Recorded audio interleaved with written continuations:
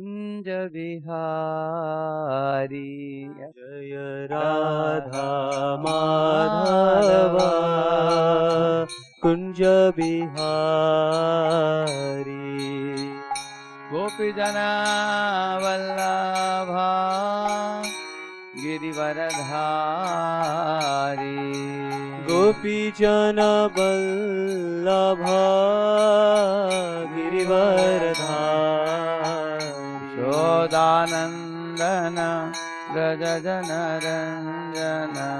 यशोदानंदन व्रज जनरंजन। यशोदानंदन व्रज जनरंजन। यशोदानंदन व्रज जनरंजन। यमुना तीरावनचारी।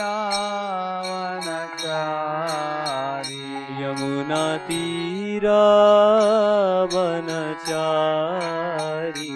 यमुना तीरावनचारी। यमुना तीरावनचारी। जय राधा माधव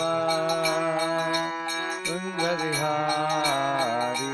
जय राधा माधव कुंज बिहारी। राधा माधव कुंज बिहारी। जय राधा माधव कुंज बिहारी। जय राधा माधव कुंज बिहारी। जय राधा माधव कुंज बिहारी। हरे कृष्णा कृष्णा कृष्णा हरे हरे। हरे रामा राम राम हरे हरे। हरे कृष्णा कृष्ण कृष्ण हरे हरे। हरे राम राम राम हरे हरे। हरे कृष्णा कृष्णा कृष्णा हरे हरे। हरे राम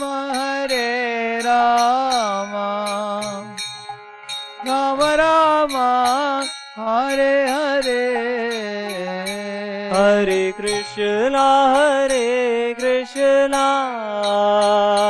कृष्ण कृष्ण हरे हरे। हरे राम राम राम हरे हरे। हरे कृष्णा कृष्ण कृष्ण हरे हरे। हरे राम राम राम हरे हरे।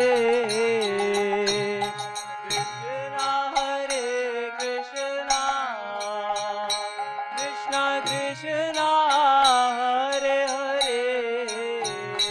हरे राम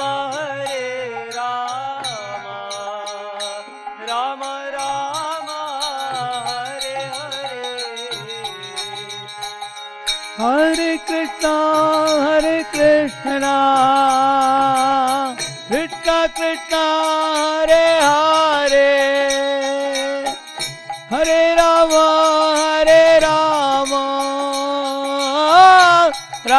राम हरे हरे। हरे कृष्णा कृष्ण कृष्ण हरे हरे। हरे Hare Rama,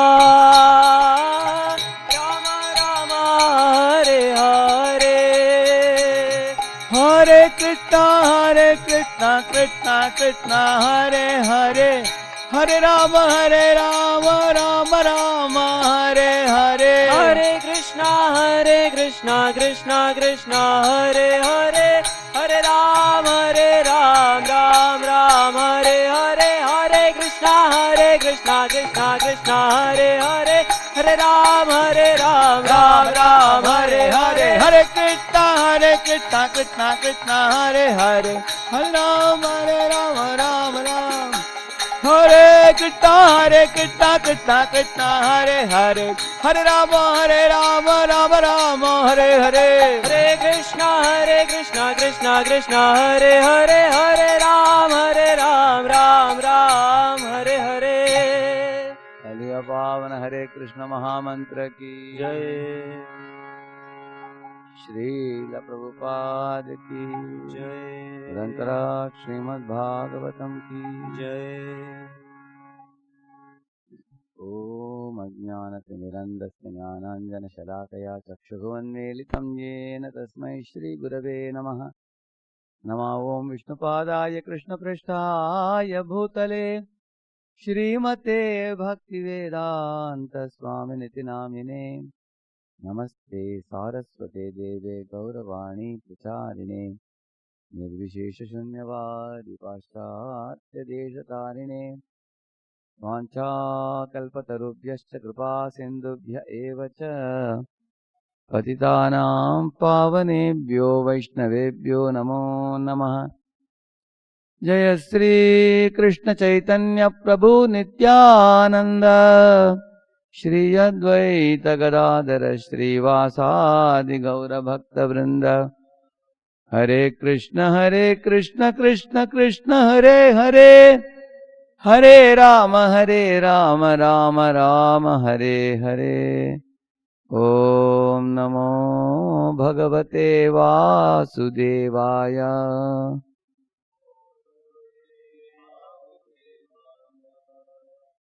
ओम नमो भगवते वासुदेवाय.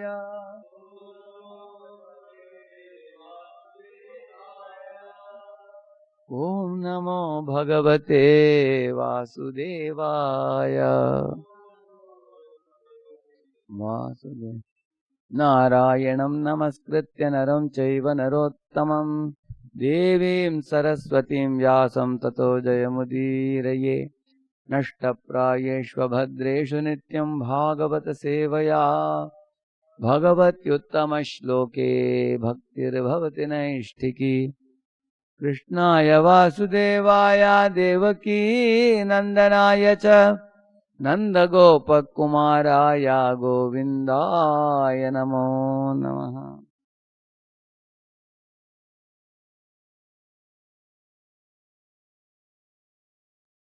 Hare Krishna. We welcome all of you for the 4th chapter of Srimad Bhagavatam, first canto, appearance of Narada. Before we enter into the 4th chapter,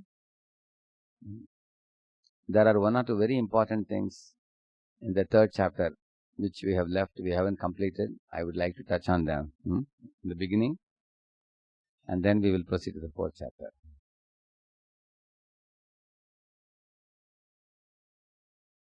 I have simplified this section for you to make it very easy for you. In the 3rd chapter, between the verses 30 to 39, there is a description of the Virat Purusha form of the Lord, which is actually a material form. Please read the one below. Take the mic. One paragraph I have put below. Yeah. There are those who can simply think of God as being great but do not know how great He is. One thinks this mountain is the bone of Krishna, or if one thinks of the vast Pacific Ocean as Krishna's navel, one is in Krishna consciousness. Similarly, one may think of trees and plants as the hairs on Krishna's body. One may think of Brahmaloka as the top of Krishna's skull, and one may think of Patalaloka planetary system as the soles of Krishna's feet. Thus, one may think of Krishna as greater than the greatest, Mahato Mahiyan. Yeah. You see in the Vishnu Sahasranama Stotram, the first word is Vishwam. Vishwam Vishnurva Shatkaro Bhuta Bhavya Bhavat Prabhuhu Bhutakrit Bhuta Bridbhavo Bhutatma Bhuta Bhavanaha Bhutatma Paramatma Cha Muktanam Paramagati Abhyaya Purusha Shakshi Kshetra Gnokshara Evacha. As it goes, the first word is what? Vishwam. The Lord Himself has become the universe. All the materials you see in this universe have emanated from the Lord only. Therefore, it is because it has come from the Lord, it is also non-different from the Lord in one sense. So the Virat Purusha from the Brahma Loka down to Patala Loka, it is not an animated object, it is like a jada, like a dead body. But when the Lord enters the universe, at that time the Virat Purusha becomes activated. You will read that there is a whole chapter in Bhagavatam. Just as our Atma, on the right side you see the picture of a lady, her body is lying down and the Atma is coming out. So Atma and body are different in our case. Same way with Virat Purusha. Virat Purusha's body is material and the Atma of the Virat Purusha is the Supreme Lord. So he is the Vishnu. Vishnu is the soul of the Virat Purusha's body. So this difference we should know. Therefore read the heading now, the material. The material forms, gross and subtle, of both the Lord, Virat Rupa and Jivas are actually imaginary or temporary. It's clear, no? We have a gross and subtle body. Like I have my mind, but the Virat Purusha has a global mind. I have an intelligence, he has global intelligence. And he has a global gross body also. And we have a local gross body, materially. So this difference has to be understood. And therefore this slide gives you a clue. See, in the 1.330 it says, Virat Rupa is a material conception of the Lord's form. Etat Rupam Bhagavato Hyarupasya Chidatmanaha Maya Gunair Virachitam Mahadadivir Atmani. So, this Virat Purusha form is actually Maya Gunair Virachitam. It's made up of material elements. And it is gross. Read that, the form described. Form described below is a highly conceptualized form originally intended for impersonalists and is a different Virata Rupa to the one shown to Arjuna on the battlefield. It is explained. That means it's not the same. The Virat Rupa shown to Arjuna on the battlefield is different one and this is different one. It is explained in the Srimad Bhagavatam that this Virat Rupa is a material form, while Krishna's original spiritual form is made up of Satchit Ananda, eternity, knowledge and bliss. That spiritual form has no veins or bones. In Ishopanishad it is mentioned, Saparyagat Shukramakayam Avranam Asnaviram Shuddham Apapaviddham Kavir Manishi Swayab Paribhur Swayambhur Yatha Tatyathorthan Vidadat Chashvatibhyas Samabhyah. That verse says, Asnaviram Shuddham. There is no bones or veins in Lord's body. There is no blood. There is no flesh. The whole body is completely spiritual. It is spiritual substance, Krishna's body. And Krishna's body and Krishna's Atma are not different. In our case, we are the Atma and the body is different from us. In Krishna's case, outside in, inside out, everything is spiritual substance only. Just like, for example, if you take wood and make a doll out of wood, everything will be wood. If you take sugar powder and make a doll full of sugar powder, any cross section will be sugar powder. Similarly, Krishna's whole body is made up of Satchidananda Swarupam. And he is called Vasudeva. Why Vasudeva? One meaning of the word Vasudeva means Vas plus Dev is called Vasudev. One who lives in the heart of every living being is called Vasudev. And also Vasudev's Putra is called Vasudev. That's another meaning also. So, that Lord is eternal, everlasting, is the cause of all causes, source of everyone and everything, and his body is imperishable. And the avatars which come from his body like Matsya Kurma, Varaha, Nrsimha, they are also spiritual completely. Virat Purusha is an exception. Only body of the Lord which is considered material form, Virat Purusha. Otherwise, like here you see below, one of you read this one and you read that one. Mountains. Yeah. His hills, mountains, stacks of his bones. Yeah. Physical sound, his sense of hearing. Material aroma, his sense of smell, trees, the hairs of his body, clouds, hairs on his head, day and night. his eyelids, Religion, his breast, irreligion, his back, the ocean, his waist, rivers, veins, twilight, his dress, the Shudras, under his feet, the air, his breath, the 10 directions, his ears, the blazing fire, his mouth, the sun and moon, his eyes, alluring material energy, his smile, the passing ages, his movements, the horse, mule, camel, his nails, varieties of birds, his artistry, the Brahmanas, his face, the Kshatriyas, his arms, the Vaishyas, his thighs. Yeah. You understand? This is called Virat Purusha. So, actually from his thighs the Vaishyas come out, from the Kshatriyas come from his arms, Brahmanas come from his face, Brahmanasya mukamasit, like that it says. So, the birds chirping, that is his artistry. Similarly, the Maya Shakti is his smile. So, in this way, Virat Purusha is explained in the Bhagavatam, Srimad Bhagavatam. So, you have to know that it is a material conception of the Lord's form, Virat Purusha. And the next slide shows.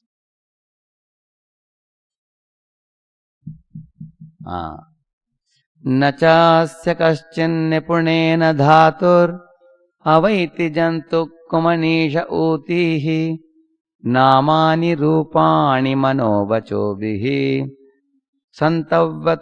सन्तन्वतो नटचर्याम् इवाज्ञः.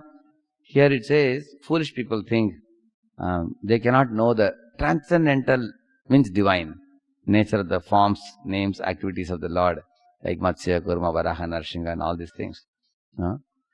Because the Lord's activities are like a play of an actor in a drama, he says. Natacharyam, Ivajnaha, he says. Nato natyadaro yata, like the Kunti also says. What is the meaning of this? For example, in one place we saw a drama where Draupadi Vastraharan they were showing without any sound, without any speech. It was not a drama, it was only action-packed Bharatanatyam dance. So, Dushasana is doing like this. That is pulling like this. And Draupadi is catching that. And then she is being dragged like this. She is pulling and he is pulling like this. Pulling like this. So, who can understand this scene? One who has heard Mahabharata before. Isn't it? Somebody else who has no knowledge of Draupadi Vastraharan's scene, finally, she is raising the hand and rotating. And then another person is coming like this. And then he is supplying sari, like that. Correct, no? So you have to know the whole pastime. Then you can appreciate this silent gestures of the pastime. It's called Abhinay, we call it. Like one person was performing the Abhinay of the Dashavatara. So, he was smiling very beautifully. And then suddenly he became Narsimha-deva. Was showing Narsimha-deva and he did like that he was doing like this. And the person was thinking, hey, what happened? Why suddenly this person is becoming angry and big eyes also? Like this. And then like this he was doing. So, anybody, common man sitting in the audience who has not seen, who has not heard the katha of the Lord, like they performed Vamanadev, how he measures the three worlds. They lift their leg completely up like this. Correct, no? So, if you don't know the pastime, you may not know what Abhinay is being shown. Similarly, we have to have performed a devotional service to the Lord. And we should have heard from devotees of the Lord, by association with devotees.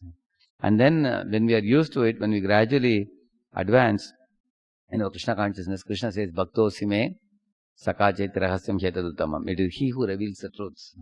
Understanding of the Lord is not a scholarly exercise. Understanding of the Lord is not a question of your IQ. Somebody may have the biggest IQ and he may be a spiritual ignoramus. So, in spiritual life, to the degree our heart is clean, to the degree we are devotionally inclined, to the degree we render service to those great souls who are assisting the Lord in devotional service. So those things actually attract Lord's attention and Lord will reveal to us. Otherwise it will be like a play, like an actor in a drama, we can't understand. Like Krishna here comes as Matsya, Kurma, Varaha, Narsingha, all these different forms. Some scholarly educated people think that these are all simply figment of our imagination, such leelas, whether they really happened or not. They may be mythology. They coined the term mythology. Actually, when some Indologists came to India, they wanted to destroy the faith of people in Sanatana Dharma. So they coined this new term called mythology. Myth means it's illusion. Like recently I had gone to one of the colleges.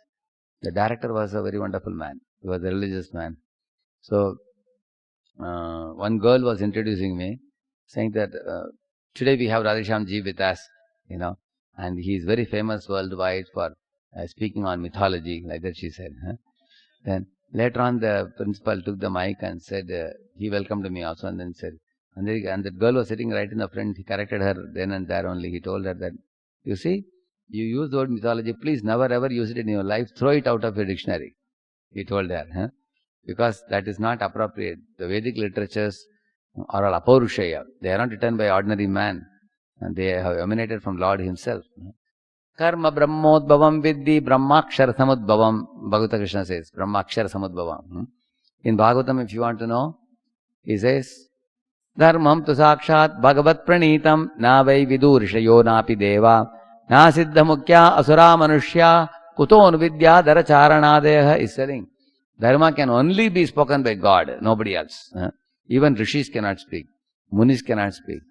Charana, Vidyadhara, Kinnara, none of these people can speak. What is because of Manushas and Asuras? Nobody can speak on Dharma except one person who has spotless senses. Who is he? The Supreme Lord, Krishna. So he will speak Dharma to Brahma, then Brahma can hand over the knowledge. Nobody else has the right to speak on the truth about which they have no knowledge.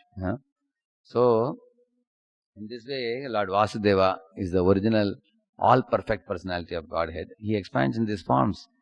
These forms are all expansions of his personality, and they are all Satchidananda Swarupam. One should not think of them to be like Virat Purusha's material body. These are not material. Like you see, once upon a time, Indra had done some blunder and he was cursed to become a pig in a ditch for some period of time. So Indra became a pig. So what is the difference between Indra becoming a pig and Lord Krishna coming as Varahadeva? That's a big difference.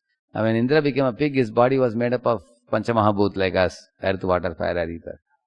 Whereas when Varahadev came, his body was made up of Satchidananda Vigraha, spiritual substance. When Indra became a pig, he became forgetful of his Indra position completely. And he became stupid in ignorance. And he was delighting in gutter waters, eating stool, living with a pig wife and piglets, children and all. Whereas when Varahadev came, he was not put to forgetfulness. Brahma and the other devatas were put to forgetfulness. So he sprinkled water from his body and reminded them of what the truth is. Lord never becomes forgetful of his position. Correct now?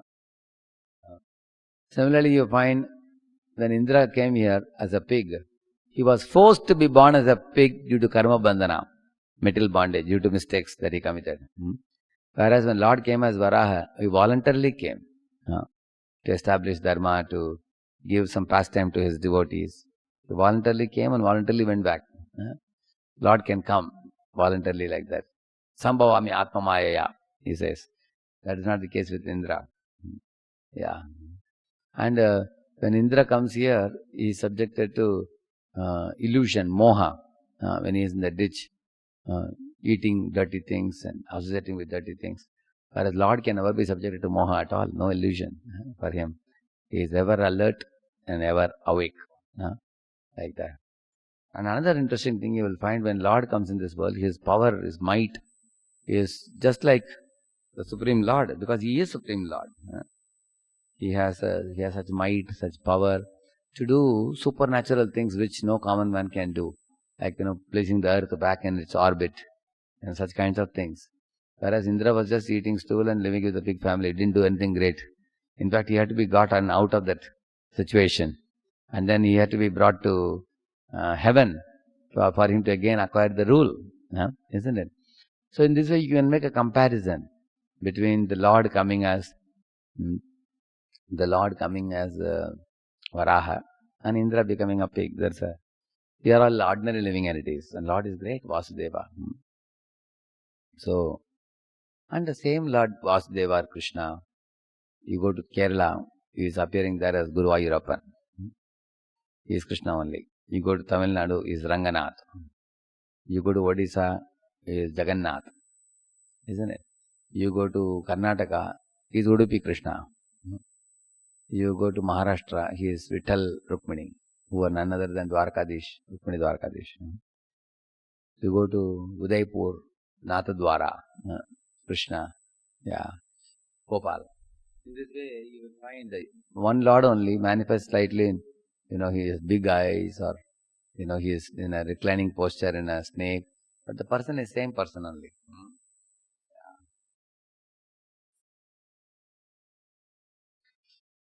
Saveda padavim parasya duranta viryasya rathangapanehe yomayaya santatayānuvritya bhajeta tatpada saroja gandham. If you want to experience the fragrance of the dust particles of Krishna's lotus feet, what you have to do for that? Amayaya santataya anuvritya. Santataya means satatam, constantly. Anuvritya means faithfully follow the Lord's instructions. Bhajeta, and worship Him. And Lord is called Duranta Viryasya Rathangapane. Rathangapane. He carries a wheel in his hand and goes to attack Bhishma. Rathangapane. Duranta Viryasya. He has a immeasurable strength.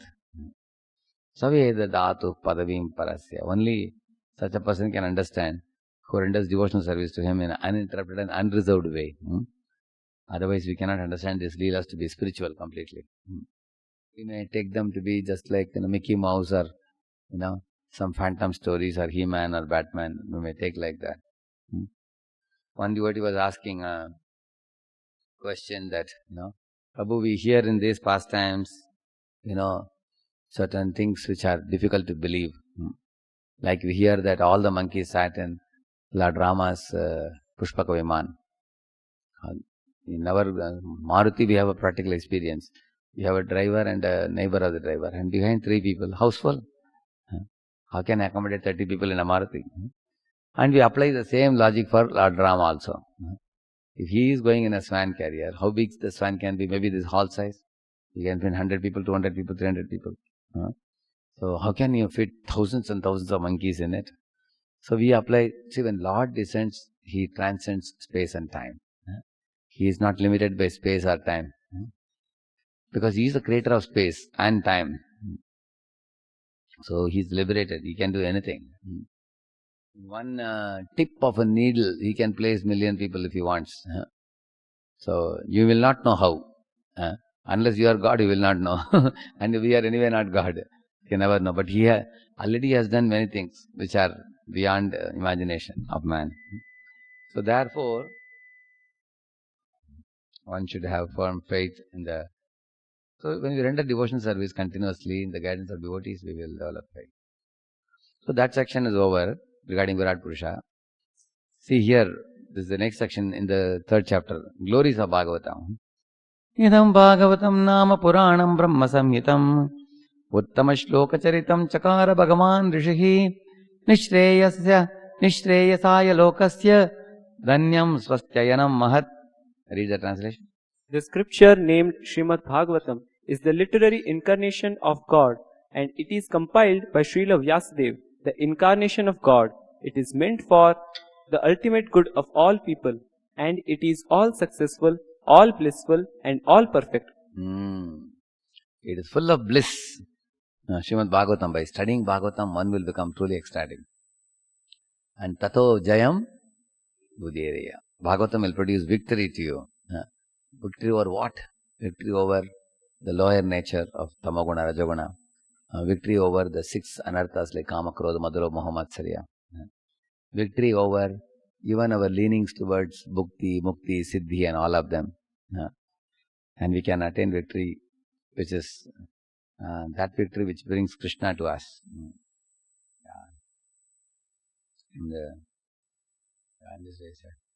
Tadidam तदिदं ग्राहयामास Sutam Atmavatam Varam Sarvavedetihasanam Saram Saram Samadritam. Read this. Sri Vyasadeva delivered it to his son, who is the most respected among the self-realized, after extracting the cream of all Vedic literatures and histories of the universe. Yeah. Remember? Bhurini Bhuri Karmani Shotavyani Vibhagashahat. Yes, no? And that is it. Give us the essence. Here, which is the essence now? Of all the Vedic literature? Huh? Srimad Bhagavatam. Here is the essence. He's saying, you fellows wanted what? You didn't want to study huge literature. No, you wanted to study only, the essence of everything. And Bhagavatam is the essence, he's saying. See, here you will see, it is written by Bhagavan Rishi, which is Vedavyas. And here you find, it was not only written by Vedavyas, he also taught it to whom? See, Shukadeva is sitting in the audience, you are seeing it? Yeah. So he taught it to Shukadeva also. Satu samshravayam asa maharajam parikshitam prayopavishtam gangayam paritam paramarishibhihi. Yeah. Sukadev Goswami, the son of Vyasadeva, in his turn delivered the Bhagavatam to the great emperor Parikshit, who sat surrounded by sages on the bank of the Ganges, awaiting death without taking food or drink. So Vyasadeva wrote it and he gave it to Shukadev, and Shukadev gave it to Parikshit. The parampara is showing. Krishne swadhamo pagate dharma jnanadibhis sah kalau nashtadrishamesha puranarko dunoditah. Yeah. This Bhagavata Purana is as brilliant as the sun, and it has arisen just after the departure of Lord Krishna to his own abode, accompanied by religion, knowledge, etc. Persons who have lost their vision due to the dense darkness of ignorance in the age of Kali shall get light from this Purana. Yes. So you see the top picture, Krishna returning to his abode, and then darkness set in this world, but then Bhagavatam is considered to be a sun, Purana Arko. Again it started emanating light. So those people in the age of darkness of Kali should take firm shelter of Bhagavatam, so that we can always be in the lotus feet of Krishna. And then he says, Sutta Goswami, after saying all these things, he says, in that sabha where Shukadeva Goswami was speaking, I was also present, he says. Tatra kirtayato vipra viparisher bhuri tejasa aham chadyagamam tatra nivishtasthad anugrahat soham vashravaishyami yatadhitam yatamati. He says, yeah. O learned Brahmanas, when Sukadev Goswami recited the Bhagavatam there in the presence of Emperor Parikshit, I heard him with rapt attention, and thus, by his mercy, I learned the Bhagavatam from that great and powerful sage. Now I shall try to make you hear the very same thing as I learned it from him, and as I have realized it. They are able to see the parampara. Vyasadeva gave it to Shuka, Shuka gave it to Parikshit, and in that Parikshit's Katha assembly, Sutta Goswami was present, so Sutta also heard it. Then Sutta is now speaking to Shaunaka Rishi. It's coming down. Now we go to the 4th chapter today. Appearance of Narada. So, Narada Rishi is appearing in this chapter, but he will appear at the end of the chapter only. Before that, there are some more items which will come now.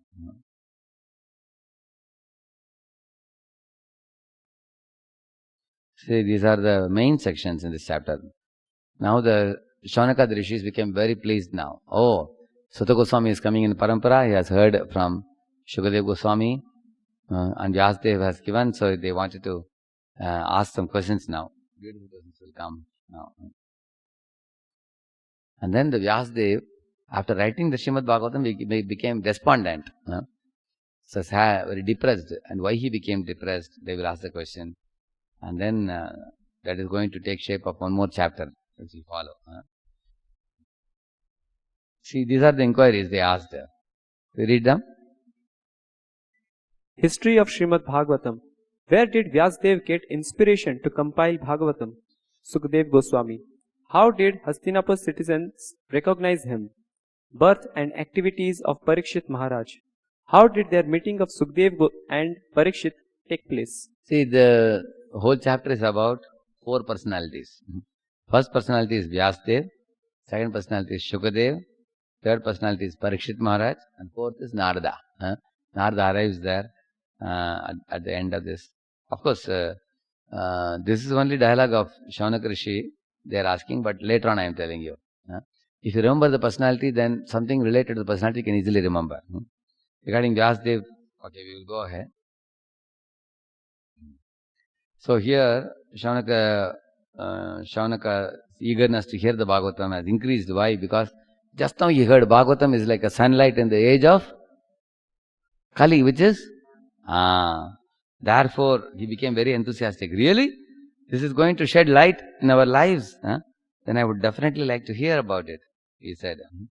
Also, Shaunaka understood that this is actually the Sarvaroga Nivarani Bhagavatam. For all ills, Bhagavatam has solution. Therefore, he is probing now, he is asking questions. See, the second verse is asking. Shaunaka Pavacha Suta Suta Mahabhaga Vadano Vadatambara Katam Bhagavatim Punyam Yadaha Bhagavan Shukaha. Read the translation.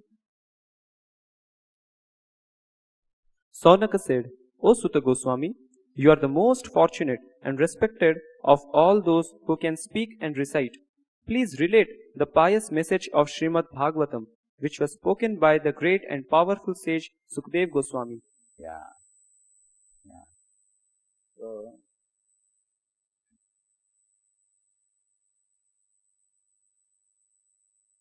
So in the previous purport, number 1, sloka number 1 there, Prabhupada, read the purport of the sloka 1. Okay, sloka translation also you can read 1, quickly. On hearing Sutta Goswami speak thus, Saunaka Muni, who was the elderly learned leader of all the rishis engaged in that prolonged sacrificial ceremony, congratulated Sutta Goswami by addressing him as follows. Purport by Prabhupada. In a meeting of learned men where there are congratulations or addresses for the speaker, the qualifications of the congratulator should be as follows. He must, for example, even when we go to other temples also, generally the person who introduces the speaker is supposed to be a very senior man, preferably senior most. For example, when Prabhupada's Vyas Puja happened, somebody was offering garland to Prabhupada, and Prabhupada asked, where is Tamal? He asked.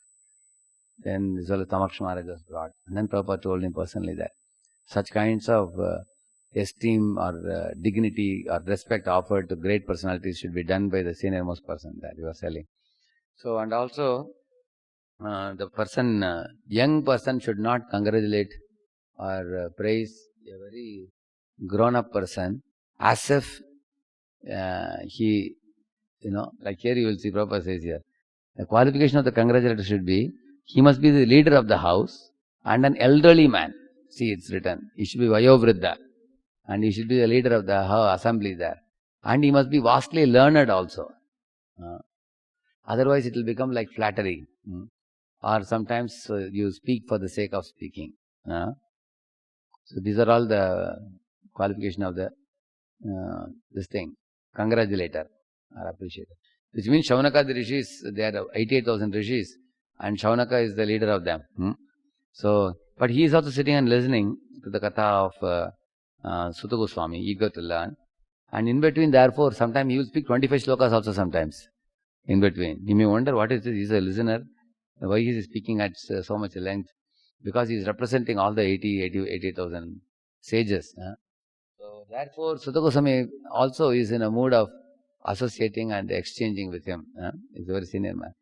And then one more thing Prabhupada brings out here is a personal realization, what it is and what it is not. Read this here, see the board. Personal realization does not mean that one should, out of vanity, attempt to show one's own learning by trying to surpass the previous Acharya. He must have full confidence in the previous Acharya and at the same time he must realize the subject matter so nicely that he can present the matter for particular circumstances in a suitable manner. The original purpose of the text must be maintained. No obscure meaning should be screwed out of it, yet it should be presented in an interesting manner for the understanding of the audience. This is called realization. So Prabhupada gives such a beautiful definition of realization. See, I have made it into parts now. You see, that means out of pride, in order to show our learning, we should not speak things which are not in line with our previous acharyas. The previous acharya says one thing, we should not say something of our own, different from it. If we do that, then our speech loses weight. And also a preacher should have full confidence in the previous acharya. Means you should have faith in the previous acharyas. You should not, like some people criticize Bhaktan Saraswati Thakur as somebody, he has Bhagavatam in one hand and chopper on the other. He's too heavy, they were saying, and they all fell down and went away. Prabhupada says that. So therefore one should not lose confidence in the previous acharya. And also one must realize the subject matter nicely. That means that there should be a deep understanding of the subject, not superficial understanding, and can present the subject matter at a certain time, place, circumstance according to the people, to make it in a way understandable to the people.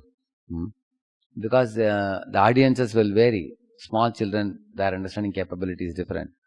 Youths and old people. According to the audience, one should be able to present the same subject matter. And the original purpose of the text should not be changed, which means we should not say something else other than what is said there. And no obscure meaning should be screwed out of it. Which means sometimes people like Manmana Bhavat Bhakto, Dr. Radhakrishnan Prabhupada says that, when his commentary, actually in Dr. Radhakrishnan's introduction, he writes Anukulyasa Sankalpa Pratikulyasa Varjanam verse. The whole verse he writes. Shadvida Sharanagati. And then when it comes to Manmana verse, he says it's not that you have to surrender to Krishna, but you have to surrender to something within Krishna or something. So then Prabhupada is comparing these two. In introduction you are saying Shadvida Saranagati. And at the end you are saying don't surrender to Krishna. What is this? There is a kind of mismatch, he says, between the two. So one should not screw out any meaning by one's own brain. At the same time we can present it in an interesting manner for the understanding of the audience. Like one example I tell you. When Prabhupada went to America, instead of giving the chariot of the body and the charioteer, he gave the example of car and driver. People can easily understand. How many people go to office in chariots? Isn't it? It becomes easy for people to understand. Similarly, when it came to Brahma, Prabhupada told them, Brahma is the engineer of the universe. Immediately people could understand. Oh, he is engineering the whole universe. Very good. Similarly, when he talks about Yamadutas, he says the constables of the superintendent of death. So who is the superintendent of death? Yamaraja. And who are the constables? So immediately people can understand. Because constable is a word which you know very well. And then you can connect easily and you can understand. Correct, no? When you see that. So therefore we should be able to present it in an interesting manner. And we should not change anything from what acharyas have given at the same time. So you can see this slide later on. I'll proceed ahead, yeah. Okay, read this. Srila Vyasadeva have already compiled all the Vedic literature, including the Mahabharata. Therefore, what would inspire him to go through all the trouble of compiling another vast Vedic literature, that is the Srimad Bhagavatam? Yeah. So the verse number 3 he is asking. If you see, in what period and at what place was this first begun? Why was this taken up? What was his inspiration to compile this literature? Like that he is asking about Vyasadeva. Because Vedavyas actually wrote down all the Vedic literatures. After writing all of them, Puranas, Upanishads, Itihasas like Ramayana, Mahabharata, everything. And the Vedanta is already there. Written everything down. Now why did he write this Bhashyam Brahma Sutranam? This is actually a commentary to the Vedanta. Which one? Srimad Bhagavatam. Bhashyam Brahma Sutranam. So why did he write? Is anybody ordering him to write it? Or he's got self-inspiration? Or why did he want to put it down? What inspired him? This is the next verse, fourth one. Tasya putro mahayogi samadrang nirvikalpakaha ekantamatirunnidro gudho mudha iveyate. So now he is going to say how the Bhagavatam took birth. Who is going to say? Suta Goswami. Suta Goswami is going to tell us how the Bhagavatam took birth. Further, he is beginning with this, Shukadeva Goswami. See, this Shukadeva Goswami was a son of course, these questions are all asked by Shaunakadi Rishi, and then Suta Goswami will begin answering about the birth of Bhagavatam in this chapter, how the Bhagavatam took birth. But here, these are all spoken by Shaunakadi Rishi, whatever I am telling now. See, these are all spoken by Shaunakadi Rishi from verse number 2, 3, 4. Now, Shaunakadi Rishi is already aware of Shukadeva Goswami. You understand, no? See how much information he has about Shukadeva Goswami. See, he is saying that Shukadeva Goswami, he was a great devotee, Mahayogi, and he was Samadrang, means Pandita Samadarshina, Nirvikalpaka, he was absolute monist, Jnani, Brahman Jnani, Ekantamadi, fixed in Brahman, like that. Ut Nidra means he was beyond darkness, and Gudaha means very confidential, not easily understood by common people, and Muda Iveyate. He externally appeared like a stunted man, like Avaduta, wandering from one place to another. He looked like a fool externally, but internally was a Paramahamsa. So they are telling about all this. And then this instance comes. You can read it quickly. Sukdev was completely on the transcendental platform, not even seeing the difference between male and female or any species. Being so situated, he did not even wear clothes. How was he recognized when he looked like dumb man as the speaker of the Bhagavatam? Also, he never stayed in one spot longer than it takes one to milk a cow, 30 minutes. Yet, he stayed in one spot for 7 days to speak Bhagavatam. So, 3 parts are there in this. One is, one of the days when Shukadeva was walking, the women were taking bath in the pond, which is actually women's area. Nobody goes that side. But he was passing through that road. Neither was he disturbed by the women, nor did the woman get disturbed by him. Then later on, when Vedavyas came, all the women immediately wrapped their body with the clothes. And Vedavyas asked, why are you doing it? When my boy was going, you didn't feel so shy. When I am coming, you are all feeling shy. So they said, oh great sage, your son knows not the difference between male and female. He sees only the Atma Tattvam in every body. And since you are a Grihastha married man, you need to see difference between male and female. Otherwise, how can you marry? Isn't it? So they said, but this example which is quoted by Shaunakadi Rishi is a proof that Shukadeva had transcended bodily distinctions. See, when a small child can go from Prabhuji's side to Mataji's side, Mataji's side to Prabhuji's side, small boy or a small girl, nobody will mind. But imagine if a 15 or 16-year-old boy is going and sitting next to a Mataji on Mataji's side, what will happen? They will scream. They will say, his nut has got loose. He's got mad. Isn't it? But you find here, Shukadeva is 16-year-old. His senses are developed. And he's walking on the road, he is undisturbed. So, Prabhupada writes in the purport here, transcended bodily consciousness. He was, Brahman realized that consciousness. So then they are asking in the 6th verse. I read the 6th verse translation. How was he, Srila Sukdev, the son of Vyasa, recognized by the citizens when he entered the city of Hastinapur, now Delhi, after wandering in the provinces of Kuru and Jangala, appearing like a madman, dumb and retarded? How? Because he was looking like that, like a dumb man or a deaf man. How they recognized him to be a speaker of Srimad Bhagavatam? What they are asking. And then they are asking question about Parikshit in the 7th verse. See, they are asking that Parikshit Maharaj, after the Pandavas, he succeeded them, isn't it? So he became the emperor of the world. And not only he got the kingdom of the world in the family line, inherited property, but he gave a challenge to the world. 3 times he gave challenge. Is there any king in this world who would like to fight with me and prove your strength? 3 times he asked, no king made any sound. And all the kings said, we will pay you tax and we will salute you, sir. We are happy with you.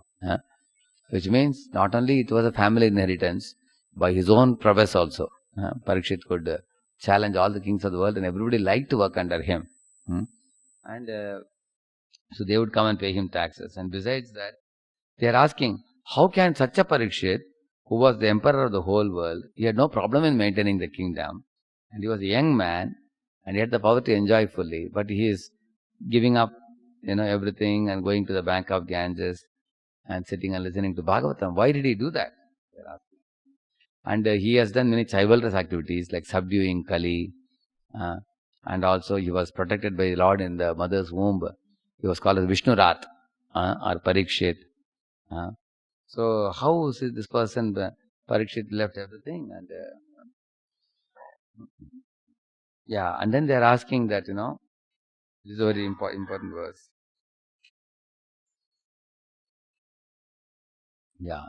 12th verse. Shivaya lokasya bhavaya bhutaye ya uttama shloka parayana janaha jivanti natmartamasau parashrayam mumocha nirvidya kutah kalevaram. They are asking, is the translation of that verse? Those who are devoted to the cause of the personality of Godhead live only for the welfare, development and happiness of others. They do not live for any selfish interest. So even though the emperor Parikshit was free from all attachment to worldly possessions, how could he give up his mortal body, which was shelter for others? The 12th verse purport is very important. Read the purport also.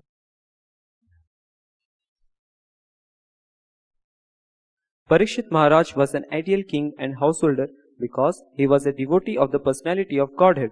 A devotee of the Lord automatically has all good qualifications, and the emperor was a typical example of this.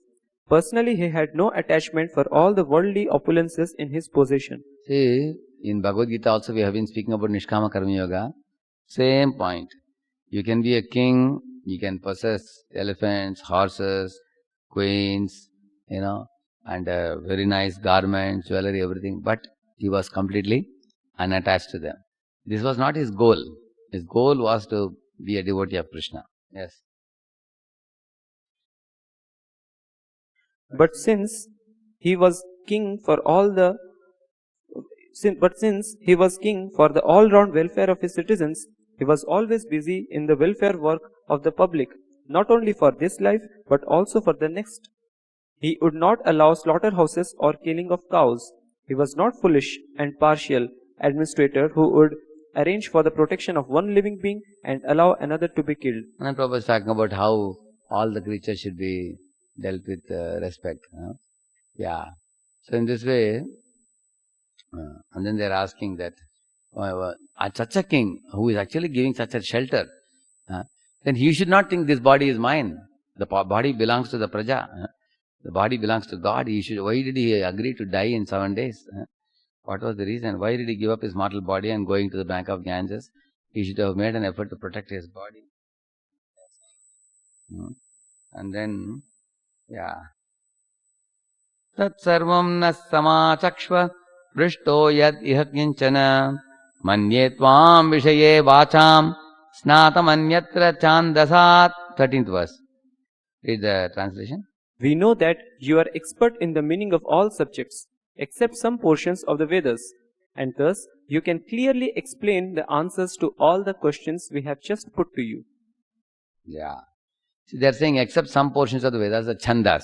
See, for reciting the chanda, one should have the, one should know ups and downs, how to recite them. So, if you don't know, then there will be a mistake in the meaning. Indrashatroho, like that he said, no? By pronouncing, he pronounced it in such a way that instead of getting a son to kill Indra, he got a son who will be killed by Indra. He got like that. So, the Vedic meters, Sahasrani sahasrasho ye rudramati bhumyam teshagum sahasrayo jane vatanmani tanmasi asmin mahatyen. Like that. So when you see, the Brahmanas are repeatedly taught to remember this and they recite and they become expert in the Sanskrit meter. So chanda, reciting the chandas. Now Suta Goswami, being born in a Pratiloma family. Pratiloma family means the husband is of an inferior caste and the wife is of a superior caste. That is Pratiloma marriage. So he is born to Romaharshana Sutta like that. So therefore, it is considered as a Dushkulam. There is a Daushkulyam. Dushkulam means there is an impurity in the family lineage. And due to which he may not be able to pronounce the Vedic mantras, Vedic chant and such kinds of things very expertly. Unless one is coming from a very pure kulam. But they are saying that even though you may not be a great chanter or reciter of the Vedic mantras, you know the essential message that Krishna Vedasya Sarvair Aham Vedi. You know, even many of the Western devotees, if you see, they hardly quote any shlokas. But they know the essence of all the shlokas more than many of the Indian devotees also. In India, I remember in school days, 9th chapter of Bhagavad Gita, 12th chapter of Gita, 15th chapter of Bhagavad Gita, we would completely memorize and rut it like a parrot and repeat it. Can do that, but hardly did we know the meaning of any of those shlokas. So, cramming and vomiting is not the goal of scriptures. Rather, understanding the meaning of scriptures and application of that is most important.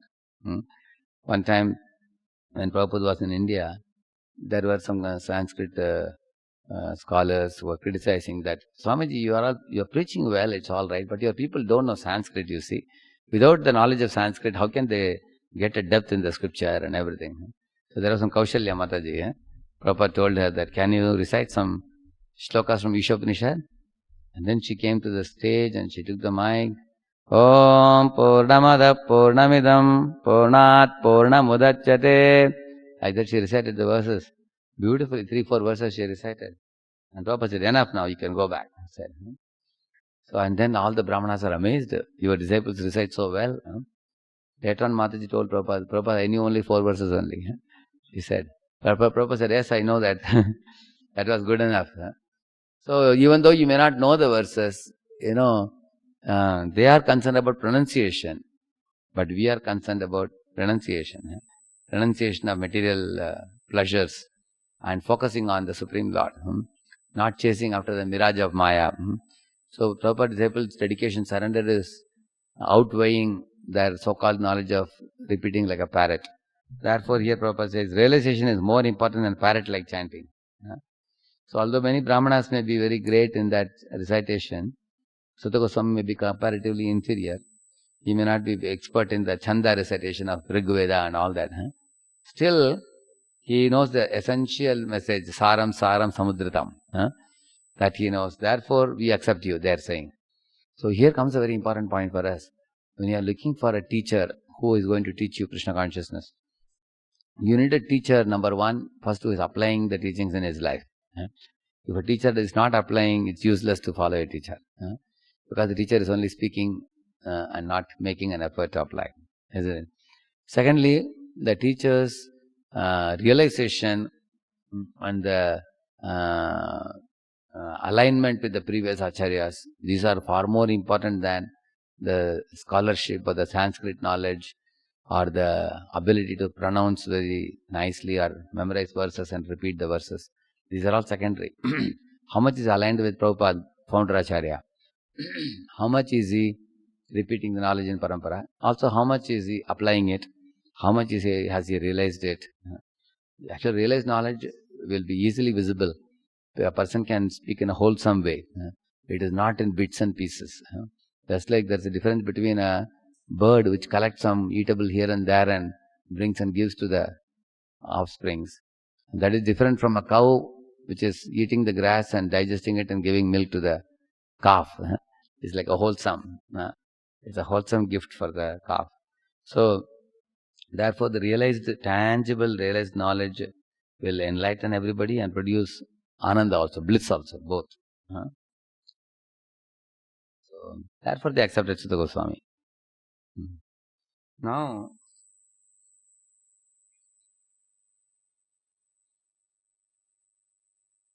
okay, in the Sandhya Kal of the Kali Yuga, Parashara was born in the womb of Satyavati.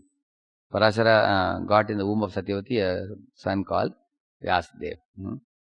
And then he's saying, once upon a time, Vyasadeva, as the sun rose, took his morning ablution in water of the Saraswati and sat alone to concentrate. Now he is sitting here now. So he saw the anomalies in the millennium of Kali Yuga.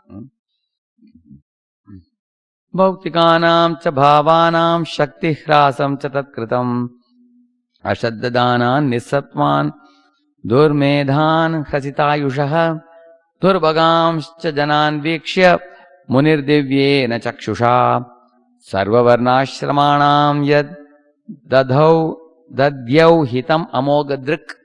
See, this amogadrik, spotless seer, what did he see? He said, Bhautikānām ca bhāvānām shakti hrāsam. All the material things in this world, like for example, the bhumi lost the potency to give good amount of yield. The cows were not giving enough amount of milk also. The clouds were not pouring enough amount of rains. And also, in the same manner, people's body also became shakti hrāsam. Means the potency in the bodies of people became very limited. And he is calling them as ashraddadhanan. They did not have faith in the scriptures. They are doubting everything. Nissattvan. Nissattvan means impatient. A person becomes hyperactive. He cannot wait even for a few minutes. They will get very wild. Durmedhan. Medha means intelligence. Durmedha means misguided intelligence. They use their intelligence for planning for sense gratification. Hrasita ayushaha means their lifespan is reduced very drastically. Durbhagham means they are very unlucky, unfortunate. Why? Because they have to slog very hard for getting a paltry amount of food and maintaining a family. They have to struggle hard in this age. And they are also misguided by a false type of educational system. And they are easily cheated by the masses. Janan, Vikshya, having seen the people of this, Munir Divyena Chakshusha. He saw with what? Divyena Chakshusha. Divine eyes. See, 5,000 years ago he wrote Bhagavatam, he could see the state of the world today. How powerful his vision must be. Sarva Varnashramanam yat dadyav hitam amogadrik. So then he contemplated on how to. Okay, we will read one small section in this. We go to the para number 3 in the purport. And all such transcendentalists who are naturally devotees of the Lord are always eager to render welfare services to the people in general. They are the real friends of the people in general, not the so-called public leaders who are unable to see what is going to happen 5 minutes ahead. In this age, the people in general as well as their so-called leaders are all unlucky fellows, faithless in spiritual knowledge and influenced by the age of Kali. They are always disturbed by various diseases. For example, in the present age, there are so many TB patients and TB hospitals, but formerly this was not so because the time was not so unfavorable. The unfortunate men of this age are always reluctant to give a reception to the transcendentalists, who are representatives of Srila Vyasadeva and selfless workers, always busy in planning something which may help everyone in all statuses and orders of life. The greatest philanthropists are those transcendentalists who represent the mission of Vyasa, Narada, Madhva, Chaitanya, Rupa, Saraswati, etc. Etc. means who? Prabhupada. They are all one and the same. Personalities may be different, but the aim of the mission is one and the same, to deliver the fallen souls back home, back to Godhead. You see? This is the greatest welfare activity, he's saying. So the sage, Vyasa is sitting here and contemplating, oh, Kali Yuga people are going to suffer with all these bad qualities. How they can be saved.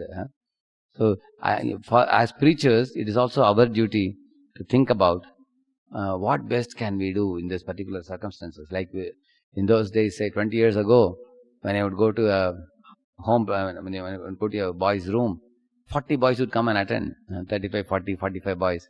There would be no place to sit. Many would be peeping out of the window and hearing their class. So at that time, it was very easy to geographically bring the boys under one roof. But now everybody is on their smartphone, and people are watching many YouTube lectures, videos and everything. and people get abundant connectivity all over the world. And it is very difficult for us to assemble people in one place because people are extremely busy now. The globe has become shrunk now, and the transportation and communication have become exponentially increased now. And the amount of entertainment, fun, and swallowing of your time that happens through media cannot be written in words. There are so many games, so many type of engagements the media gives a person. So in this way, in this day and age, we should actually sit silently like Vedavyas and contemplate, what are the natures of the youths and the people of today. How best can we serve them? Serve them means what? How to bring them back home, back to Godhead. What should be done? From our side, how can we suitably modify? Like Prabhupada, when he went to America, he also thought like that. He wrote a book called as Easy Journey to 1965 he published, because 1969 Americans were trying to send Neil Armstrong to moon. So there was already talk going on. So Prabhupada wrote a book fitting that mood there. And that book went like hotcakes. Correct, no? Yeah. So in this way, and another thing Prabhupada did was, he understood that these guys are eating drugs. For what? For getting kick and going high. But then everybody knows after going high you come down again, much more down. Then you again have to take several times to go high. So then they made a topic, stay high for ever. Oh, really? Is there a drug which can take me high forever? Yes, that is Mahamantra. Chant Hare Krishna and go back to Godhead. Correct? No? So in this way, according to the time, place, circumstance, we have to present the philosophy in a way that people can, like Vedavyas is contemplating.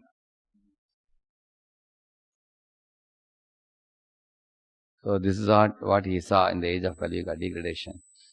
Then he decided to divide the Vedas, as you see here. See, what is the advantage of dividing the Vedas? Earlier, all the Vedas were coming out of Brahma's mouth. They were like multiple pearls and diamonds, all coming all at once. So Vedavyas sorted them. Like Samaveda is all sung. So they are all from you seen that? Samaveda, how they sing it? Very beautiful it is, very melodious it is. So he sorted out the chandas, everything according to the four. Just like, for example, here is a book now, Bhagavatam. I can extract the information from Bhagavatam and make this PPT. So now many people want to watch this PPT and say, oh, this is very interesting. It's very easy for us to understand. Now when you read Bhagavatam verse, purport, everything, and the whole chapter is difficult to capture. But when you put it in a PPT format, or you make a notes for the book, like many of the school books are bulky, but you make a notes for it, question answer format. It becomes very easy. Like that, he simplified it. And the fifth Veda, it is said there is one verse here, 20th verse. Rigyajus Samatarvakya Vedaschattvara Udritaha Itihasa Puranam Cha Panchamo Veda Uchyate. Read the translation.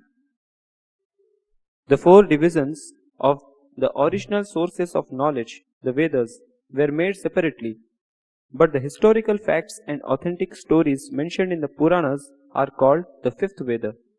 Yeah. So when the like Ramayana was written at a time when Valmiki was right here in the planet, when Ram was also present. So when the Katha is happening, at that time if it is recorded, it's called Itihas. After the Katha has got over, then it is recorded, it's called Purana.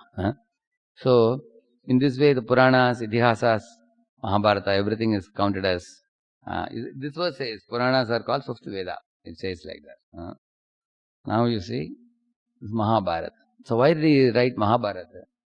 Because, you see, people in general are very fond of women, some story related to women, or people are very fond of politics.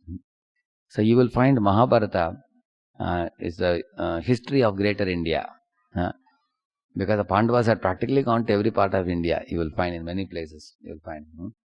Actually, they eventually became rulers of the whole world. So, in Mahabharata, you find when people hear that Kauravas, Pandavas, both eventually got into a fight after the gambling match.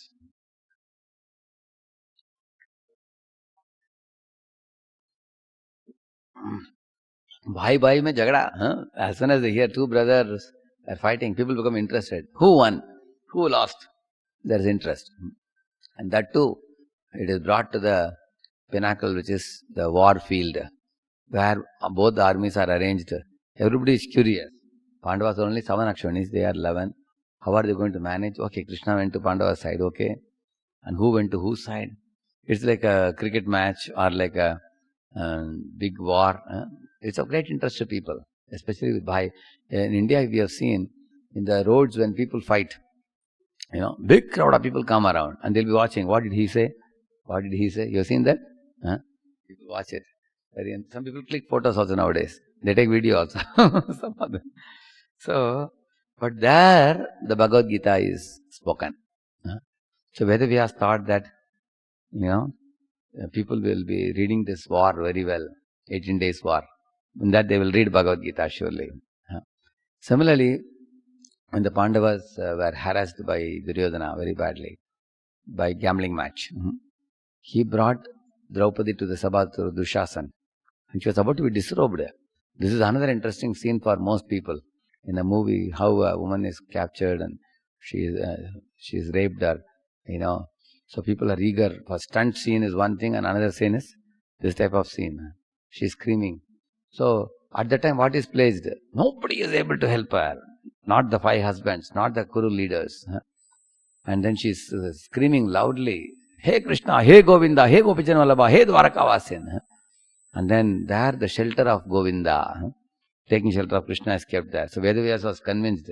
When people read this section, then Draupadi was there and everybody want to know what happened exactly. Could he strip her naked? And then the answer is no, because Krishna supplied her unlimited sari.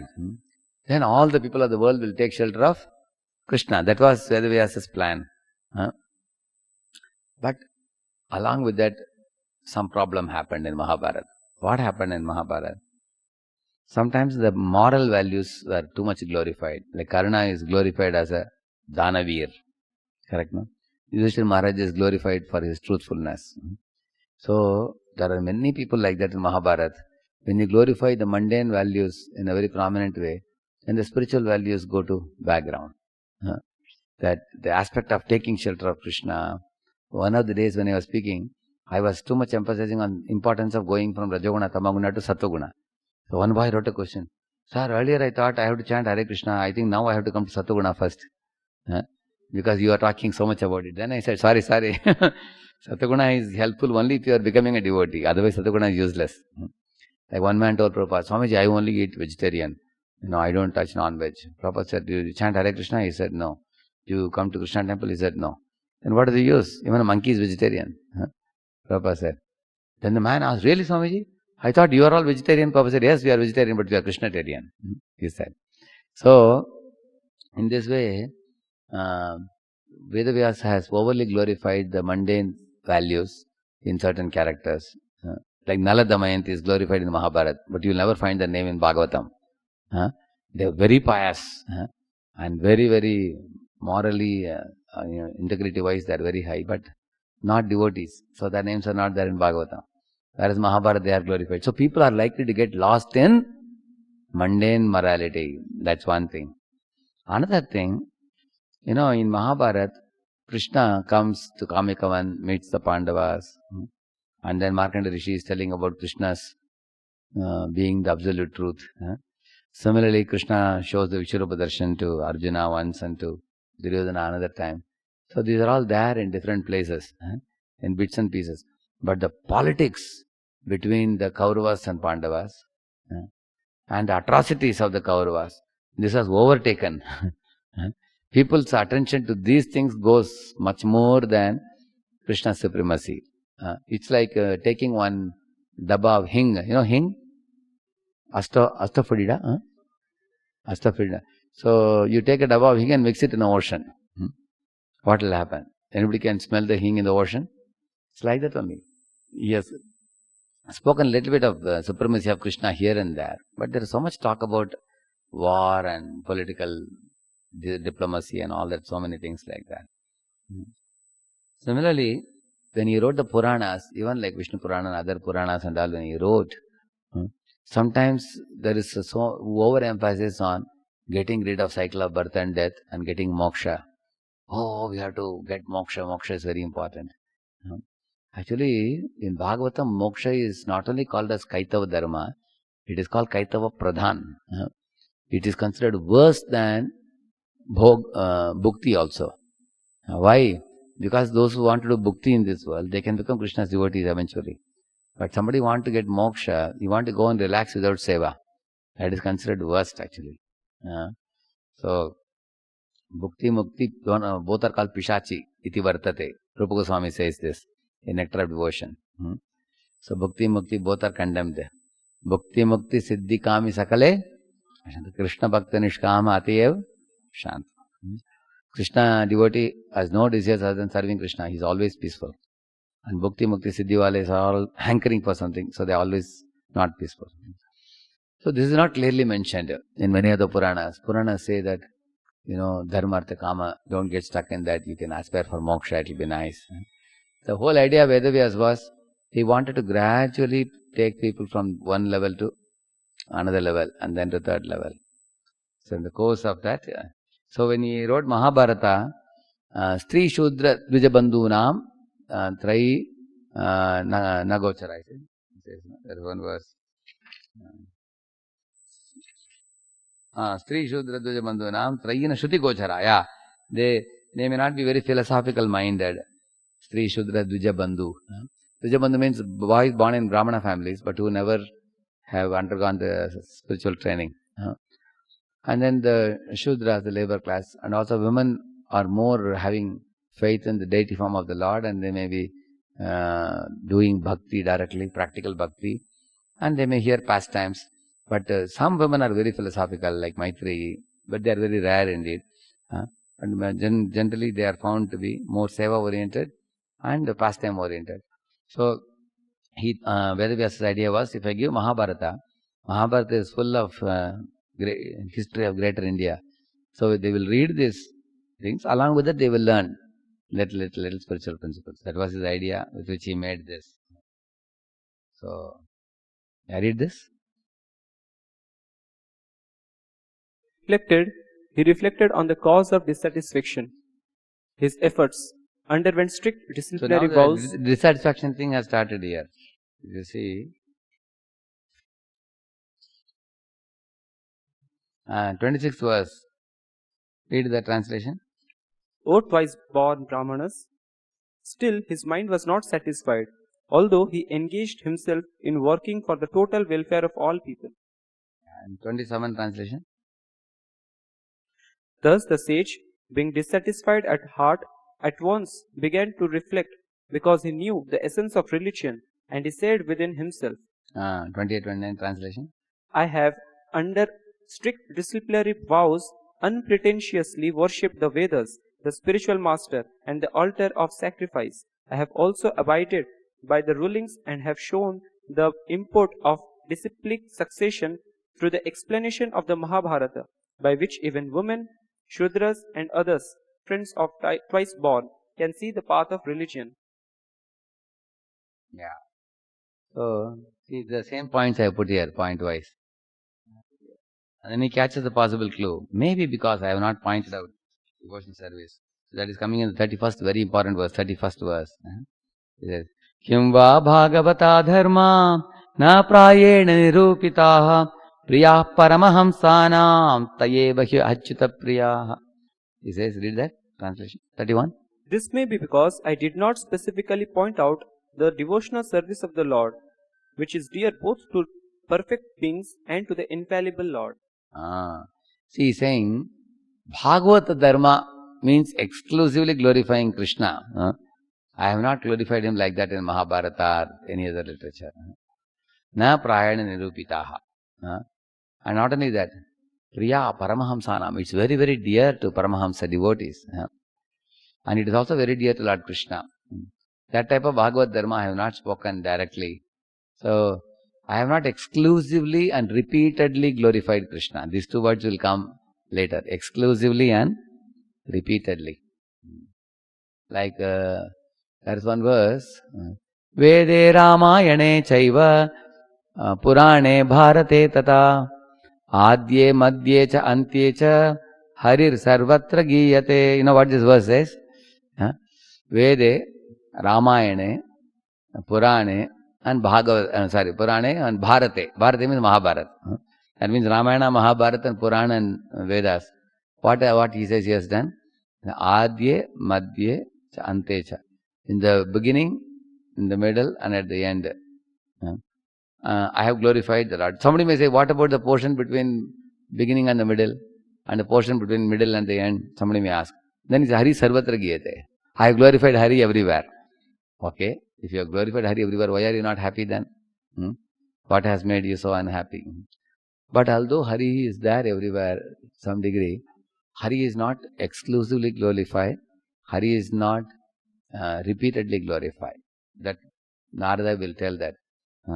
See, you have to give the due importance to the person who is actually the cause of all causes, the source of everyone and everything, the sustainer of everything, the shelter of all shelters, the father of all the Swamshas and Vibhinnamshas. If you don't exclusively glorify, you are making a compromise. Correct, no? So, that's what has happened because Vedavyas thought that the Puranas and everything, generally living entities are always attracted to Maya. And if you have to attract them to Krishna, I have to present it in a little indirect way. Thinking like that, he presented indirectly. Due to which, there will be a discussion between Narada and Vyasa in the next chapters. Next 2 chapters, very important discussions will come. And that is the beauty of Bhagavatam. Bhagavatam is uncompromising and presenting the truth. If you like it, you take it. If you don't like it, then you will do what you want to do. But Bhagavatam doesn't compromise on the message. So, he himself found out this. Yeah.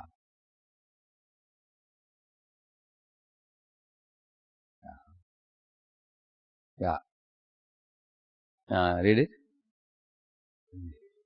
The sage began to search out the cause of not being satisfied at heart. Perfection is never attained until one is satisfied at heart. This satisfaction of heart has to be searched out beyond matter. Actually, our position is that we are always rendering service to someone, either to our family, country, or society. If we have no one to serve, sometimes we keep a pet cat or dog and render service to it. All these factors prove that we are constitutionally meant to render service. Yet, in spite of serving to the best of our ability, we are not satisfied, nor is the person to whom we are rendering that service satisfied. On the material platform, everyone is frustrated. The reason for this is that the service being rendered is not properly directed. For example, you all know how selfless Gandhi was. He was running the charka, wearing a simple dhoti, practically no kurta, only angavastra. He was called father of the nation. And he did so much for the country and he was shot dead. And similarly, there is Martin Luther King. He is also called Gandhi of their country. He was also shot. Now, another very successful leader is Kennedy. This John Kennedy was handsome and he had a very big position, most loved by many people. But he was shot also. So there are many people who have laid down their lives for the country and they were shot because some people were dissatisfied. Now in a smaller situation, in a home, you will find that, like a daughter-in-law comes married newly to the home, a mother-in-law has so many complaints, not satisfied. Similarly, a man is working hard, earning money and bringing home. The family members say that, what money are you bringing? It's not enough. You have to bring more. Go abroad and bring more. Go here, go there and bring more. So in this world you will find, no matter how much you slog hard, it's very difficult to satisfy the living entities. He says that. And therefore, that kind of, once my spiritual master made a very profound statement. He said, all the holes of our body will become only satisfied when you fill them up with supreme whole, he said. What is the supreme whole? Krishna. Like my eyes are See, if my eyes are craving to see beautiful women, but if I see Krishna's deity regularly, and eventually my eyes will become satisfied. It will not hanker for seeing the opposite sex. Similarly, my ears are hankering for the cinema music, rock music, this music, that music. You hear Krishna music, then eventually the ears will become completely satisfied. You fill up the holes of your body with supreme whole, he's saying. So in this way, Vedavyas understood that in this world you can't satisfy anybody. Like you heard the story, there was one fisherman who went to fetch a fish. And one day he came across a golden fish, big golden fish. And it got caught in his net. But then the golden fish pleaded to him, "Oh fisherman, please leave me in the water. Please don't pick me up." He said, "Okay, I'll leave you, don't worry. I never knew you are a speaking fish." And the fish said, "Yes, I've been blessed with the ability to speak, but I can award you some benedictions if you want." And the man said, "Okay, I'll go home and come back and tell you tomorrow." Then he went home and told his greedy wife that I saw a golden fish tomorrow. He has called me, "What do you want?" "Oh," she said, "Really? Ask for a big bungalow," she said, "and with an independent garden." Like that. Right now we are living in a flat. Now let us have independent bungalow with garden. So he went home and came back and told the fish said, "So be it." Went home and saw he had a big bungalow with a big garden. She was very happy. Then she said, "Why you only home? You should ask for a silver coach drawn by horses. It would have been very nice. Also you could have asked for some 1,000 gold coins we can keep with us for our expenditure." So she gave him a list of items. So then he went and gave it, and the fish gave all of it. All facilities were provided, amenities, facilities. They wanted a fruit orchard, they wanted cows and bulls. They got everything. Now this lady was still frustrated. She told him, "I am still not happy. You know why? Because the queen of this country, she's my competitor now. Although I am very wealthy, I have everything. So go and tell the fish that he has to make me the queen of the whole country. Otherwise, you will capture him and bring him and you will cut and eat him up." You tell him. So the man went and told the fish like this. He said, "Your wife is too greedy." He said, "Now you go back." So when they went back home, he saw the old house only. Old house and old wife in a similar situation. See, some of these type of stories, what they teach, in this world you never become satisfied. A fellow has a cycle, wants a bike. One has a bike, wants at least a Maruti. One has a Maruti, eventually wants a Benz. One who has a Benz, he wants himself a chartered plane or a helicopter himself. Similarly, people in village want to go to city. People in city want to go to bigger cities. People in bigger cities want to go to America. People in America want to go to moon or some other planet. So you will see that there is always, you cannot satisfy people with material commodities or by material relationships alone. Without, there is a reason for this. It's like, two living entities coming together. See, if this hand takes laddu, this hand takes Mysore pak, and they give each other. I will give you half laddu, you give me half Mysore pak. We will enjoy, okay? Can they enjoy? See, energy cannot enjoy energy. Only energetic can enjoy energy. So who is energetic? Krishna. So with Krishna we can enjoy. We can become enjoyed by him. He can use us as an instrument. Then he'll be happy, we'll be happy. But one energy cannot enjoy another energy. It's not possible. So therefore all jivas are frustrated in this world, trying to enjoy each other. They are imitating the Purusha, you see. So in this way he understood this. Yeah. So he understood that, now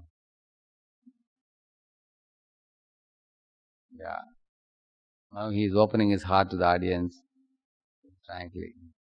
So as he was feeling despondent, that time Narada Muni comes flying, you see, who is the spiritual master of Vedavyas. So now just they will reveal his heart and take remedy for his despondence. And this is a beautiful thing. You see, the Vedavyas immediately got up in great veneration. Last verse, 33rd verse. Tam abhignaya sahasa pratyuttaya gatam munihi Pujayamasa vidivan Naradam Swara Pujitam. Immediately he got up, respectfully, and worshipped him. And he respected him just like he would respect Brahma. Like that he respected his guru. Great respect. Next chapter also you will see how much Vyas respected Narada. He told him, my dear spiritual master, you are like air within and sun without. Sun can see my outside body, air can see my inside body. You know in and out of me. So he had great humility. This is very surprising because he is the writer of all the Vedic literature. Put it all down. But there is not even an iota of pride. Vidya Vinayana Shobhate. This is a summary which is in very small letters, so you all can later on go through it. Leisurely when you get the PPT, you can go through it. So Narada has arrived, so he's bringing cheerfulness to everybody. And the next chapter, Narada will hear Vyasdev's plea, and he is going to respond and tell him that you have written all the Vedic literature epitomized by Vedanta. After writing Vedanta, you are so sad. Then how do you expect that people who will read your literature will become happy? So in this a very nice dialogue will ensue now. And Ardhamani, yeah. So we have completed the chapter now. Tomorrow Narada's instruction on Bhagavatam to Vyas. So today, in summary, what we did in this chapter, we read about, he asked questions about Shukadeva Goswami. He was a self-realized jnani. How did he turn to hearing Bhagavatam from his father, Vedavyas? And then another question about, there was one question about Vedavyas also, contemplating on the situation of the people in Kali Yuga and dividing the Vedas and making it easy for the people and giving Mahabharata and everything. And then there was one section about Parikshit, how chivalrous and how great devotee of Krishna he was. While his body was acting as a shelter for all the jivas in this world, why should he give up that body by sitting in Ganges and fasting unto death within 7 days? So they asked this question. So in this way, Shaunaka Rishis have raised many questions about the Bhagavatam. So earlier they asked a question that where was it written? When was it written? All that now he has told. Vedavyasa wrote it now. And why it was written will come in the next chapter. Why Bhagavatam? Because Narada Muni was the inspiration for whom? For Vedavyas. So write the Srimad Bhagavatam. Now the Shaunaka Rishis will appreciate this point, that if Bhagavatam is not written, then people may be covered over by Dharma, Artha, Kama, Moksha. That point will come in the next chapter. People will be stupid in sense gratification. They will not know exclusively what is to be done, what is not to be done. So, fifth chapter makes it even more clear than this chapter. So, I can take some few questions now. Right. Okay. Sri Ram Patra Prabhu is asking, you mentioned Lord is never forgetful of his position. Please clarify Damodar Leela and other pastimes where Lord is acting or really crying. Just like, for example, Sri Ram, when you were a small boy, your father took you on his back, isn't it? Like a horse. So who is big? Your father is big or you are big? So your father may be having a bigger body, you have a small body, but he is controlled by your love. Similarly, you must have had a stunt with your father. And who got defeated? You got defeated or father got defeated?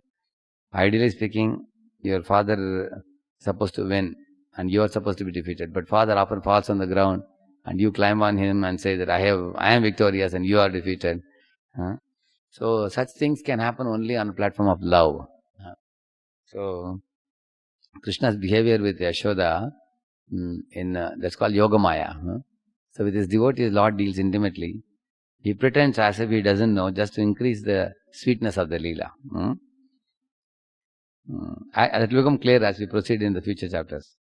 Shyam Presime Mataji is asking,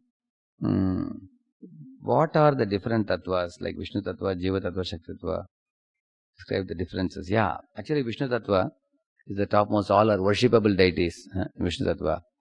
Like for example, Krishna and the three Vishnus, and then the Vasudeva, Krishna, Pradyumna, Aniruddha, they're called Chaturvyuha, and Narayana, all are worshipable. Ram, all the Purushottamas are all worshipable, Vishnu Tattvas. And then there is a Jiva Tattva, like all of us. And all the demigods in this world also, they are all Jivas occupying a certain post. That is Jiva. We are separated parts and parcels. But whereas the Vishnu Tattvas are called integrated, they are not part and parcel, they are integrated expansions. They are called integrated expansion of Krishna. We are separated parts and parcels. In between there is one Tattva called Shambhu Tattva or Shiva Tattva, which is neither Jiva nor Vishnu. Just like is in between. And apart from this, there is Shakti Tattva, beginning with Radharani. Radharani is the original Shakti, Swarup Shakti. And she is called as a Kanta Shiromani, chief queen of all the other Lakshmis. So Radharani, from her, then the Dwaraka queens, then the Lakshmis. So they are all counted as Shakti. Similarly, even our Durga Mata is also counted as one of the Shaktis of the Lord. But she is called as a shadow potency. Radharani is called Chit potency, and Durga is called shadow potency in this world.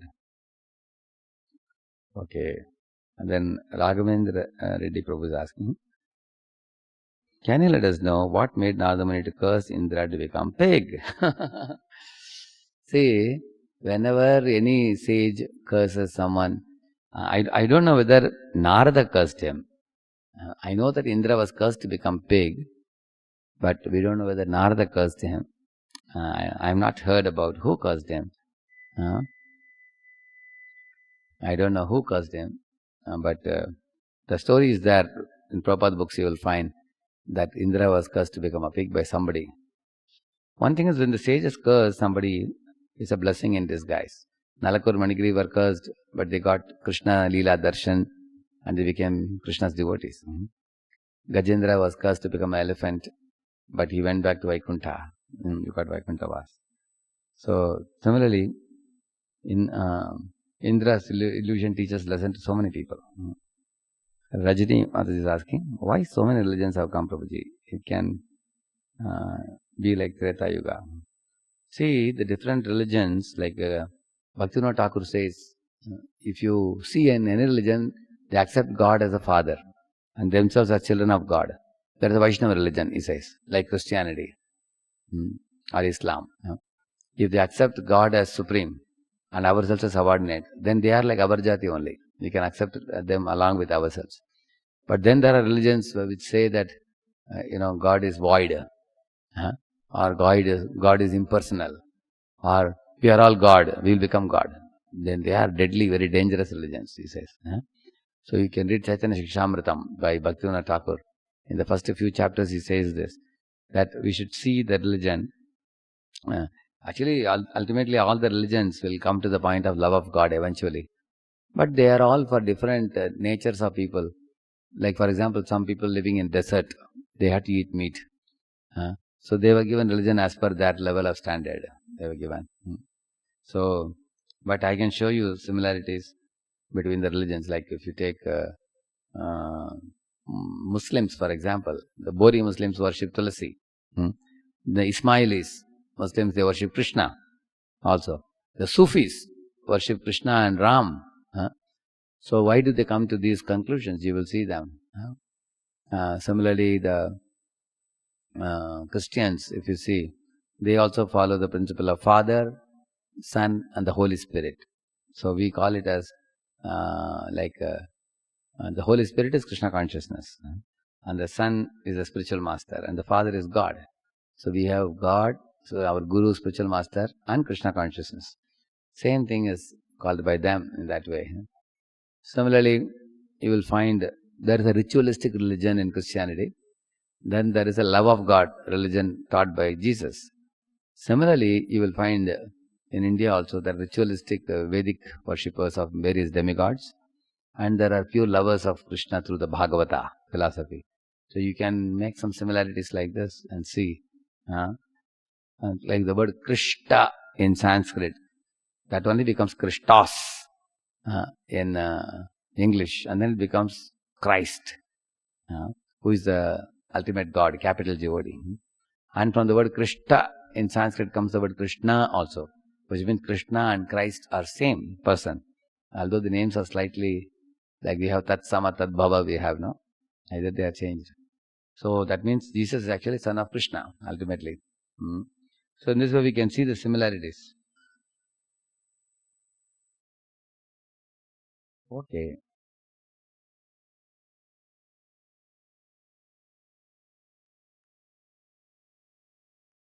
What is this one? The question is incomplete. You have to do this. See, what is the meaning of second T taking over third? Huh? Something is missing here. Like that only. Question is not clear. And Srimad Bhagavatam 1.4.14 is saying. Okay, let us see.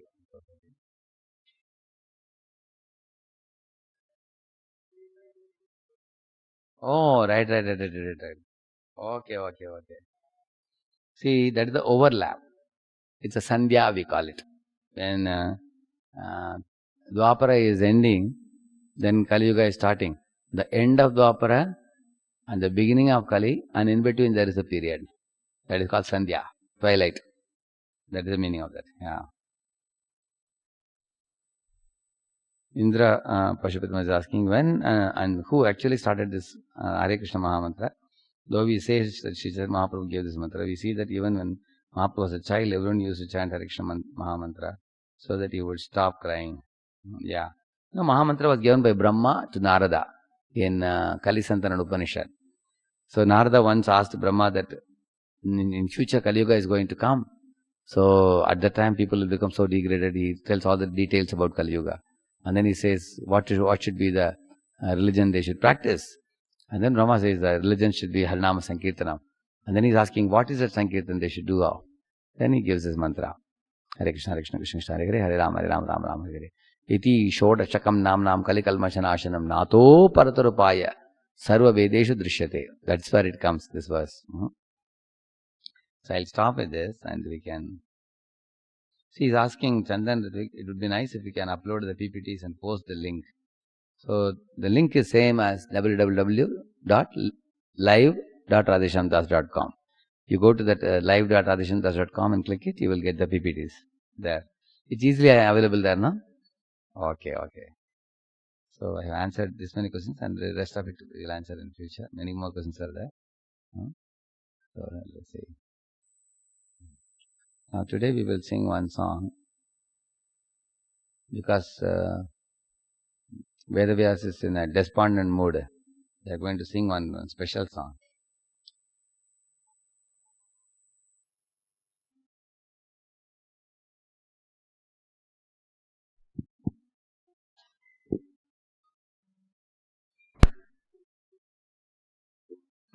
Yeah, you can see it.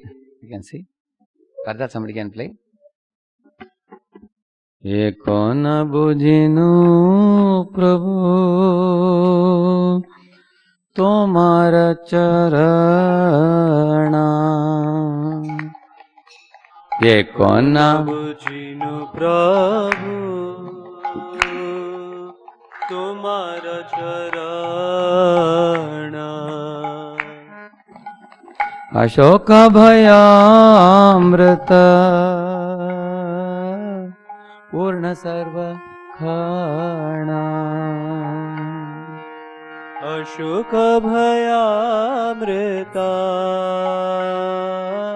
Purna sarva khana Sakala chadiya tuva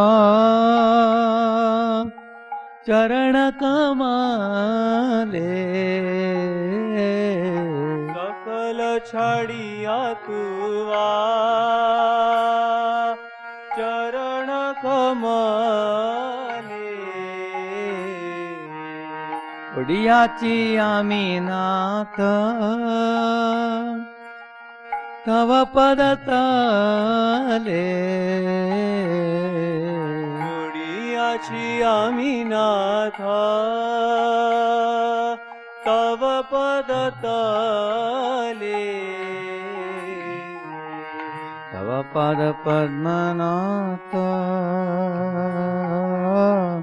রখিবে আমারে তব পদ পদ্মনাথ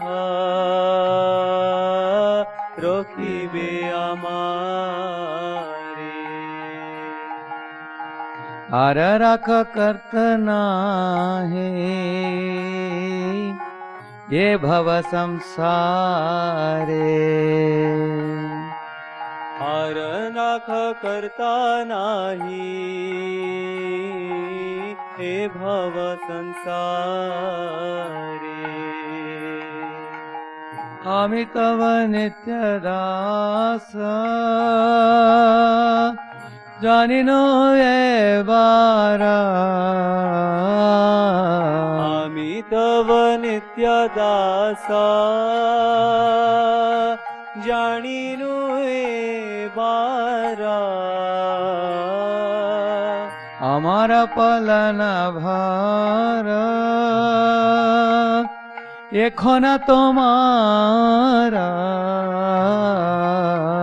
आमि तोमार भारा एखन तोमारा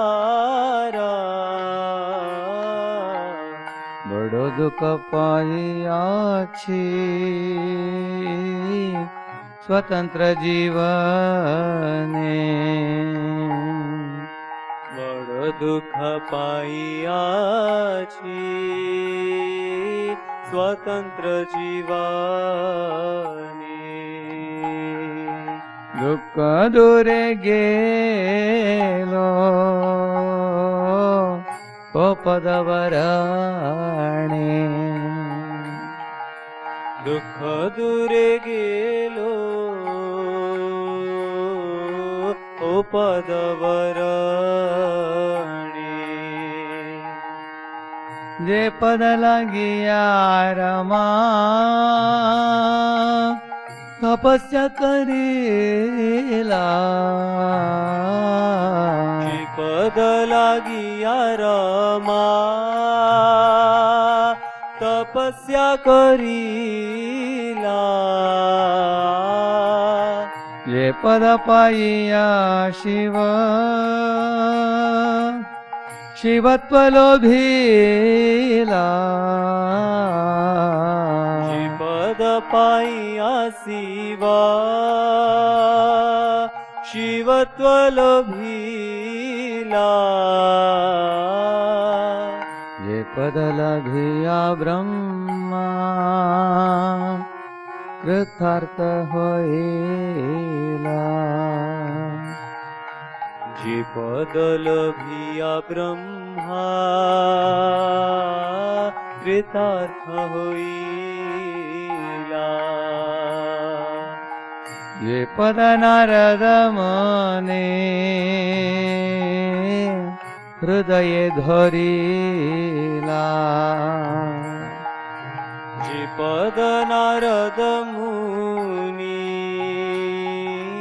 हृदय धरिला से अभय पद शिरेते धरिया से अभय पद शिरेते धरिया परमा आनंदे नाची पद गुण गाइया परम आनंदे नाची पद गुण गाइया संसार विपद होते अवश्य उद्धार संसार विपद होते अवश्य उद्धार भक्ति विनोद ओ पद करिबे तोमा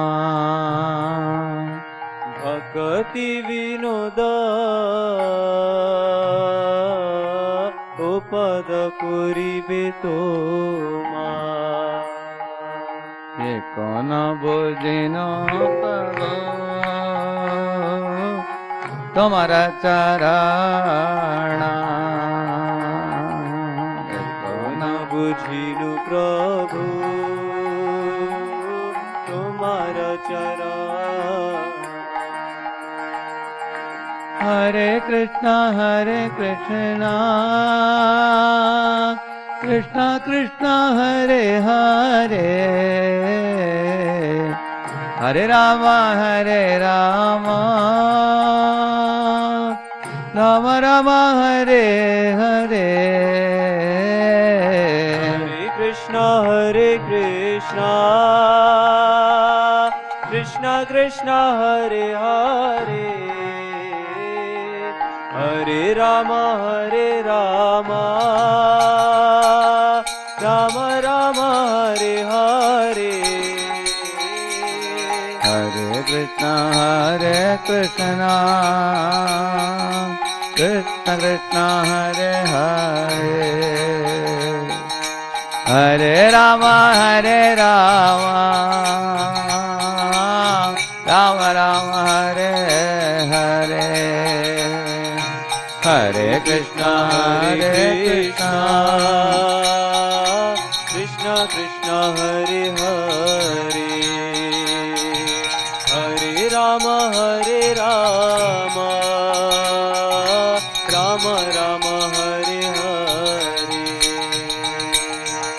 हरे कृष्णा कृष्णा कृष्णा हरे हरे हरे राम राम हरे हरे हरे कृष्णा कृष्णा कृष्णा हरे हरे हरे राम राम हरे हरे हरे कृष्णा कृष्णा कृष्णा हरे हरे हरे राम राम हरे हरे हरे कृष्णा कृष्णा कृष्णा हरे हरे हरे राम राम हरे हरे कृष्ण भगवान की जय शंकरा श्रीमद् भागवतम की जय श्रील प्रभुपाद की जय समावेत भक्त वृंद की जय कलियुग पावन हरिनाम संकीर्तन की जय निधय गौर प्रेमानंदे हरि हरि बोल।